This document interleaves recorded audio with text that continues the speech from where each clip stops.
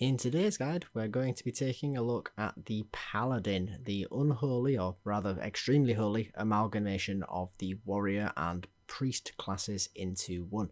So let's dive into it. So first up, let's talk about what we will and won't be talking about in today's video. We will be taking a look at talents, rotation and abilities, stat priorities, how to level 70, and any additional class-specific points if they are applicable. So a few things there. First of all, there will be additional class-specific points, or at least one for the Paladins. And secondly, I am going to cut short, if you are a regular watcher of this series, the how to level to 70 segment, as it has been quite lengthy in the past and people have pointed out that it could be done in a much more concise manner, so I'm going to try that out for this video. What we won't be talking about today, however, at all is going to be racials, professions, or PvP. This is going to be because of racials being set in stone if you have already pre-leveled your character in Classic for TBC Classic, and that's the way that the introduction of characters is going to go. Professions is going to be not set in stone, but of a very similar nature to the racials in that you will have already committed a lot of time and effort into leveling them. And PvP because basically I know absolutely nothing about it, and if that is something that you're interested in, it's probably something that's worthy of its own video entirely, as opposed to being an aspect in this one. Okay, so the first spec I'm going to talk about is going to be Retribution for all you guys who are wanting to level through your questing.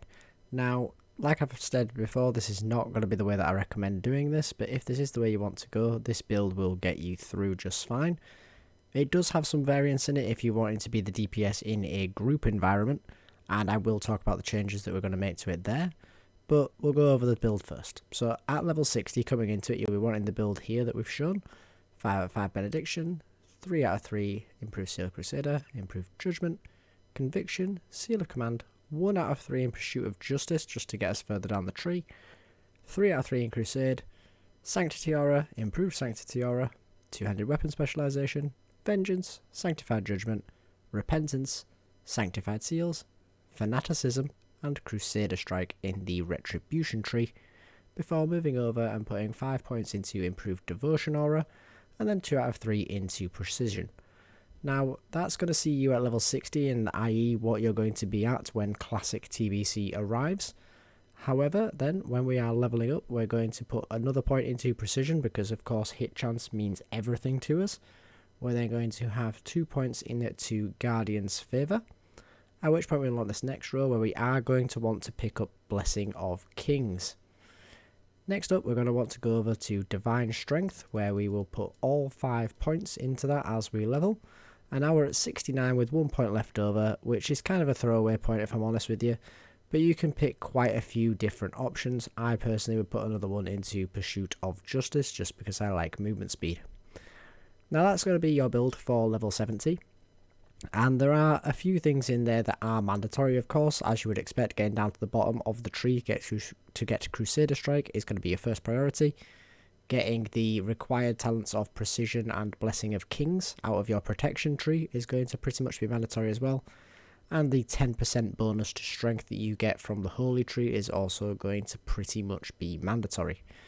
Now, when it comes to alternative choices in the Ret tree, which is pretty much the only place you're really going to see any alternatives, you are going to be looking at getting Blessing of Might and potentially Vindication if you are looking to do dungeons with a group, as well as potentially Retribution Aura. Generally speaking, I would say that a lot of people will tell you that the Devotion Aura will be a higher net gain of damage output for your group because of the extra survivability, meaning that you have less downtime from dead DPS or more uptime on your healer's DPS capacities. But if you have 2 Pallies, or if you simply prefer Retribution Aura, then you can go for that as well. The bigger question is really where you're going to find the points for these talents, however, which is why I haven't taken them in this build. You are going to be having to drop something that is fairly essential. I would probably say Sanctified Judgment is my preferred choice of thing to drop to get these points. The upside is that it's not as essential as a lot of other talents that you would have to drop otherwise. The downside is you are only going to get 3 points, so you would only be looking at either Vindication, Improved Ret Aura with another 2 points, or only 3 out of 5 on Blessing of Might. There is play in this talent build if you do want to pick up those talents, but I would say this is a pretty good cookie cutter build to get you by. So next up, we're going to talk about protection. Now, protection is going to be quite a bit more simple and straightforward than our Retri, and at level 60 on TBC Classic launch, you're going to want to take Readout, Precision, Toughness, Anticipation, Shield Specialization, Improve Righteous Fury, Blessing of Kings, skip the next row entirely, Blessing of Sanctuary, 2 out of 2 Spell Warding, One-Handed Weapon Specialization, Sacred Duty, Holy Shield, Improved Holy Shield, Ardent Defender, Combat Expertise, and Avenger Shield. At that point, you'll be level 60, you will have 2 more points to go, which is when we move over to the Retri, and put 2 out of 5 into Benediction. From there, as you level up towards level 70, we're going to finish off Benediction, pick up 5 points into Deflection, and then get 2 points over in Improved Judgment. And that's going to see you at level 70. Now, there isn't going to be as much play in this as there would be in other builds. Now, Protection Paladin, there is only really going to be a couple of options that you are going to want to change. For example, a lot of people prefer Improved Blessing of Might over Benediction. If you're not going to be having the mana problems, because you're either well geared or you've got a setup whereby mana sustain isn't an issue, by all means go for Improved Blessing of Might. It was a decision that I was trying to make while making this video. I do remember having some pretty severe mana issues when it came to sustained duration fights. I suppose when it comes to doing 5-man content, Improved Blessing of Might is probably better because you're not going to be in fights for long enough to run out of mana. But that is really a judgment call based on your playstyle and where you think your Paladin is at. Beyond there isn't going to be too much that you're going to want in the protection tree that we haven't already picked up. Most notable exceptions that we haven't taken are Improved Devotion Aura, which is very nice, and something you would want to take if you were willing to find the points from somewhere, but it's where would those points come from? Similarly, Reckoning is of another similar nature. Now, Reckoning is actually not a bad talent at all when you are in dungeons, because of the additional threat generation. It also is of course going to give you additional damage output, and is something that I would like to have found space for in this build. However, finding the points to put this into the build is going to be difficult, as pretty much everything else that we've taken in this build is going to be pretty much mandatory. A lot of people would say that dropping Spell Warding is going to be better for taking Reckoning. Even though you'd only get the 4% chance for Reckoning to proc, you do only have a 4% damage reduction from spell damage from Spell Warding, so that is an option that you could make if you wanted to do so. Now lastly, we are going to talk about the Holy Paladin. Now, the Holy Paladin is going to have a similar situation to the Protection Paladin in that there isn't going to be very much variance in the talents you take, taking the vast majority of its Holy Tree talents. Now, at level 60, when TBC Classic hits, you're going to be taking Divine Intellect, Spiritual Focus, Healing Light, Aura Mastery, Improved Lay on Hands, Improved Blessing of Wisdom, Illumination, Divine Favour, Sanctified Light, Holy Power, Light's Grace, Holy Shock, Blessed Life, Holy Guidance, and Divine Illumination.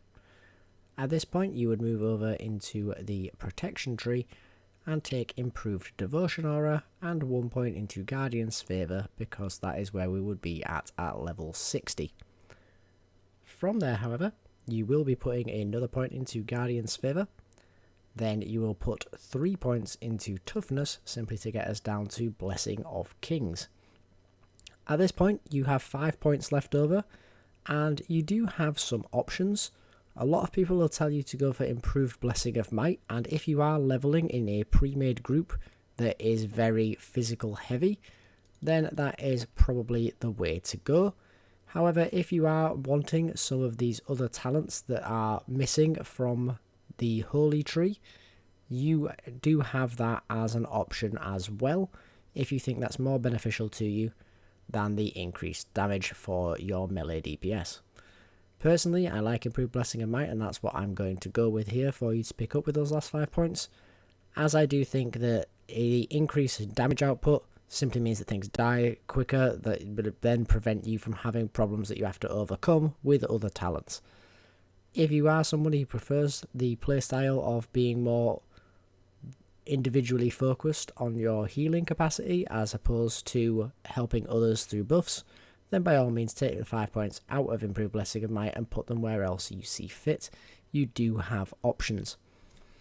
So, your rotation and abilities. Now, for such a simple class, it's actually got quite a lot of nuance to discuss in this section, particularly for some of the specs. So, I'm going to start talking about the things that are a little bit more nuanced, and then we'll move on to the basics later. So, straight off the bat, you are going to want to maintain your aura regardless of what spec you are in. Now, with this being the Retribution section, most of the time you are going to want to have your Sanctity aura up as it increases your holy damage.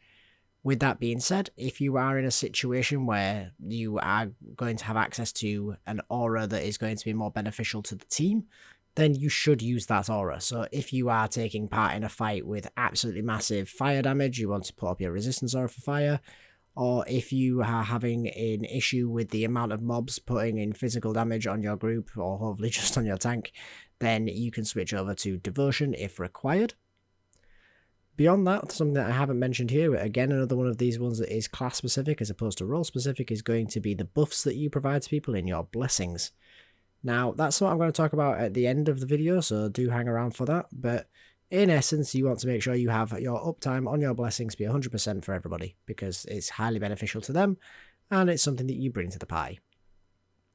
After that, your priority is going to be maintaining your seal. Now, this is going to have some variance dependent upon your faction. Now, if you are going to be Horde, you are going to want to use Seal of Blood, and if you are going to be Alliance, you are going to want to use Seal of Command. Now, that's very straightforward for the Alliance. It is simply always going to be Seal of Command. However, there are times when a Horde player may also want to use a Seal of Command. Basically, if Seal of Blood is going to kill you because you can't keep up, or your healers can't keep up with maintaining your healing required from the extra damage taken from Seal of Blood, you may need to switch over to Seal of Command, and then switch back to Seal of Blood when it is safe to do so. Beyond there, your Retribution Rotation and abilities are actually incredibly simple. You're going to use Crusader Strike on cooldown, your Judgment on cooldown, and then you will use Consecration whenever there is 3 or more targets, or when it fits into your rotation and you won't have issues with mana maintaining its single target on a sustained fight. If Consecration is going to prove to have you have mana issues, or if it's simply just not going to be against mobs that are going to live long enough to get value out of it, then simply just drop it from the rotation entirely. Now next up, I haven't listed it here, but your holy abilities and rotations do also include your aura and your blessings, much the same as in Retribution, and they work much the same. The only difference being that which one you want to maintain may be different. Blessings we'll discuss later, but your aura, you are probably going to want to keep up Devotion aura, so that your tank has more capacity to take damage. But if you wish to use any other aura for any given reason, say for example your tank requests that you put Retribution aura up, then feel free to do so. Beyond that, you are simply going to be using very little in terms of a number of spells, and we'll be focusing more on, unfortunately, having to downrank these spells. So your primary heal is going to be Flash of Light. You're going to use Holy Light whenever there is a large heal required, and Holy Shock when it is an absolute emergency. Beyond there, it's simply going to be cooldown usage, which you will have to decide as and when you wish to use your cooldowns for yourself, given on the situation. And if you have taken the Light's Grace talent, you will probably want to try and use a Holy Light at a relatively safe opportunity to maintain the buff so that you have it when you require that big heal, when it is going to be a less ideal time to get this buff.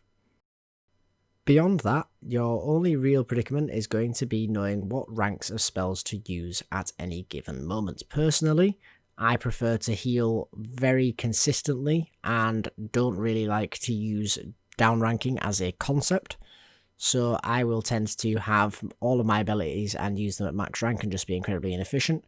However, if you do want to be more efficient than that, then I would recommend ranks 4 and 5 for your abilities when trying to be mana efficient, and of course max rank when you are trying to get throughput.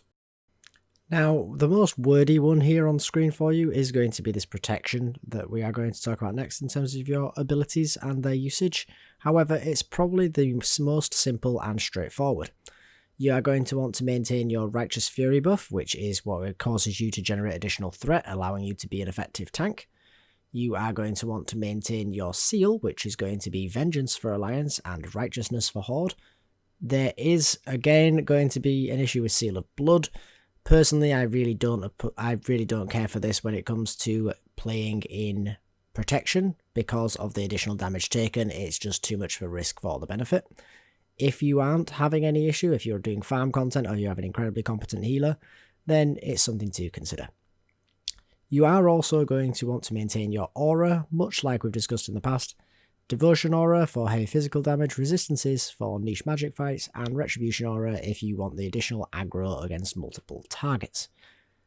Beyond that, your primary abilities are going to consist of keeping a 100% uptime on Consecration and Holy Shield for both threat generation and survivability, and beyond that you're simply going to want to use your Judgment, followed by your Seal reapplication.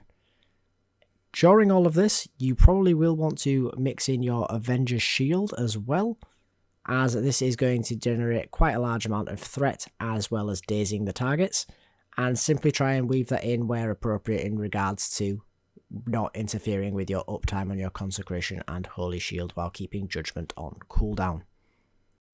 Now next up we're going to talk about stat priorities. Now these are somewhat up for debate as a lot of the stat values for all three specs are quite similar, so do not take this as a blanket. If one is above 2 it is simply better, because you are probably going to want a mix of everything or be able to make your own decisions on which things you want as and when, depending on what content you are doing and what playstyle you have. But nevertheless, we'll start with protection tree. First of all, you are going to want to cap defense. As we've discussed in other classes, when it comes to capping defense, it does depend on the content you're doing, but you are going to want to hit the relevant cap defense level for whatever content you are doing. Next up, you're going to want to get to the hit and expertise soft caps so that your abilities do not miss. This is going to be a massive increase to threat generation and something that you are going to want to do, as that is often considered to be the highest priority. Thirdly, you're going to want stamina. This is of course simply for survivability. The more HP you have, the more time it's going to take for mobs to whittle you down, and the easier it's going to be for the healer to get a cast off to get you back healthy again. After that, you're going to have two options that are going to be at relatively similar standing, and dependent again on playstyle and your composition, you are going to want to pick either spell damage as the offensive option, as this is going to increase all of the holy damage that you're dealing that generates your threat, or you can pick block value, so that when you are massively blocking all of the attacks with your Holy Shield, you will actually be able to block more of the damage that comes out to you, as of course block is not a 100% damage mitigation. Next up, we're going to talk about Retribution. Now, with every single DPS class in the game in TBC, your top priority is going to be getting yourself to hit cap. This is so that your abilities don't miss, which of course is a massive detriment to the damage that you deal. After that, you are going to want to prioritize strength as your primary stat, because it is going to give you the most attack power value and the biggest DPS throughput gain. After strength, you have haste.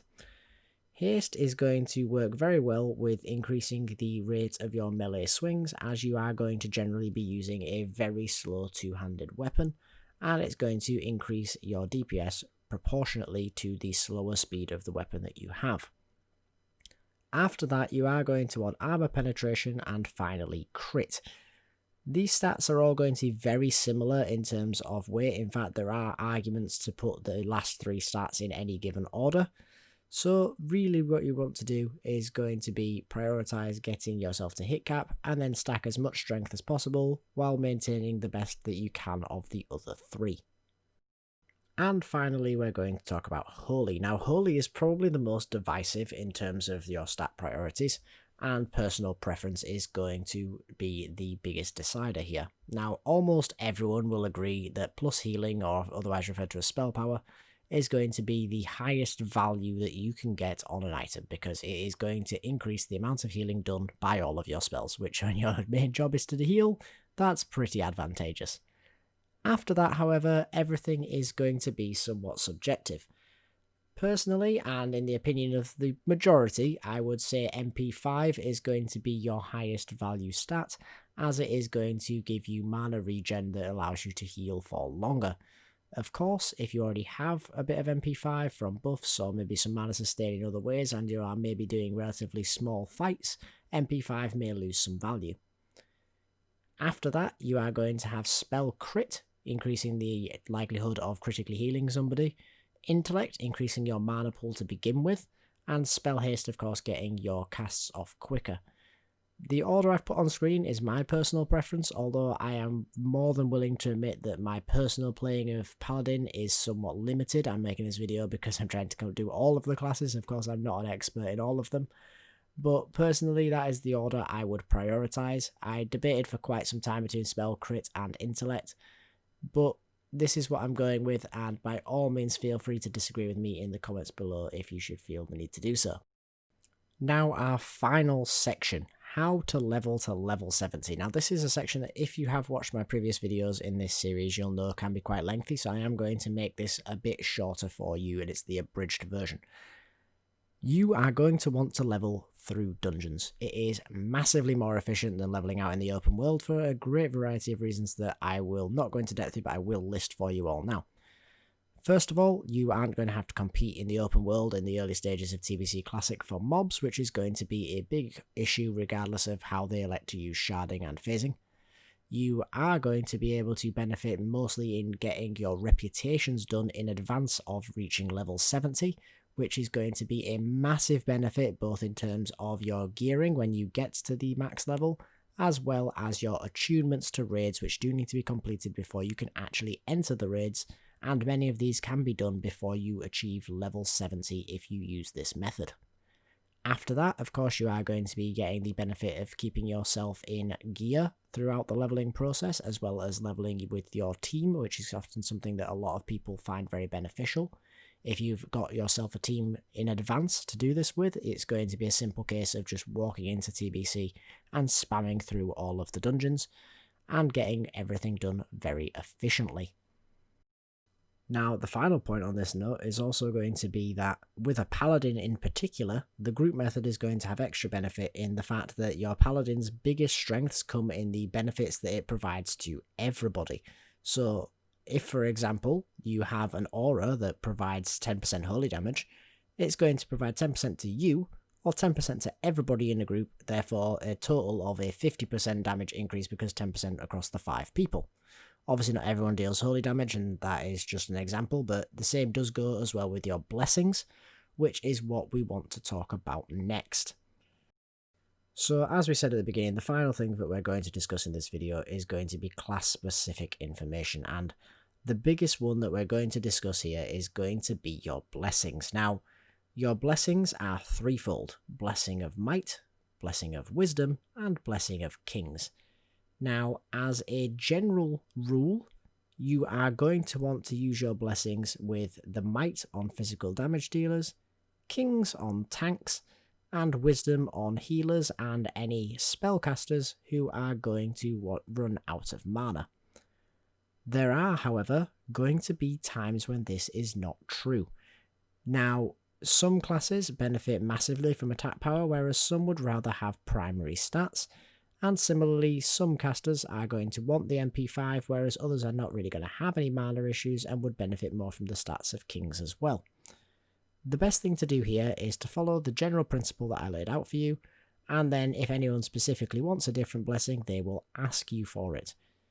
Also, if possible, you can stack paladins in your group so that multiple blessings can be attained, because while the blessings themselves are stackable, you can only get one from any given paladin. So if you have a warrior who wants both Kings and Might, if you have 2 paladins in your group, he can be the lucky boy who gets both of the buffs. When it comes to situations where you do only have one buff available, if someone asks you for a different buff, just assume that they are going to understand their class better than you and know which buff they want and why, and give them the one that they would like. I would highly recommend when TBC Classic comes out, whatever the appropriate add-on is for doing these buffs, that you get that in order to maintain these buffs on all characters, as they are quite short in TBC, unlike in later expansions. But that's going to about wrap it up for today, guys. I do hope that you enjoyed the video. I do want to apologise if anyone is upset, like they have been in the past, at the fact that I am using retail footage for these videos. It is an unavoidable circumstance, as TBC is not currently available to be played in any format other than private servers, and that is something that footage used on a YouTube video can get you banned, which I'm not willing to do. Other than that, I hope you enjoyed the video. I do hope you consider subscribing to the channel, and I hope to see you in the next one. Later.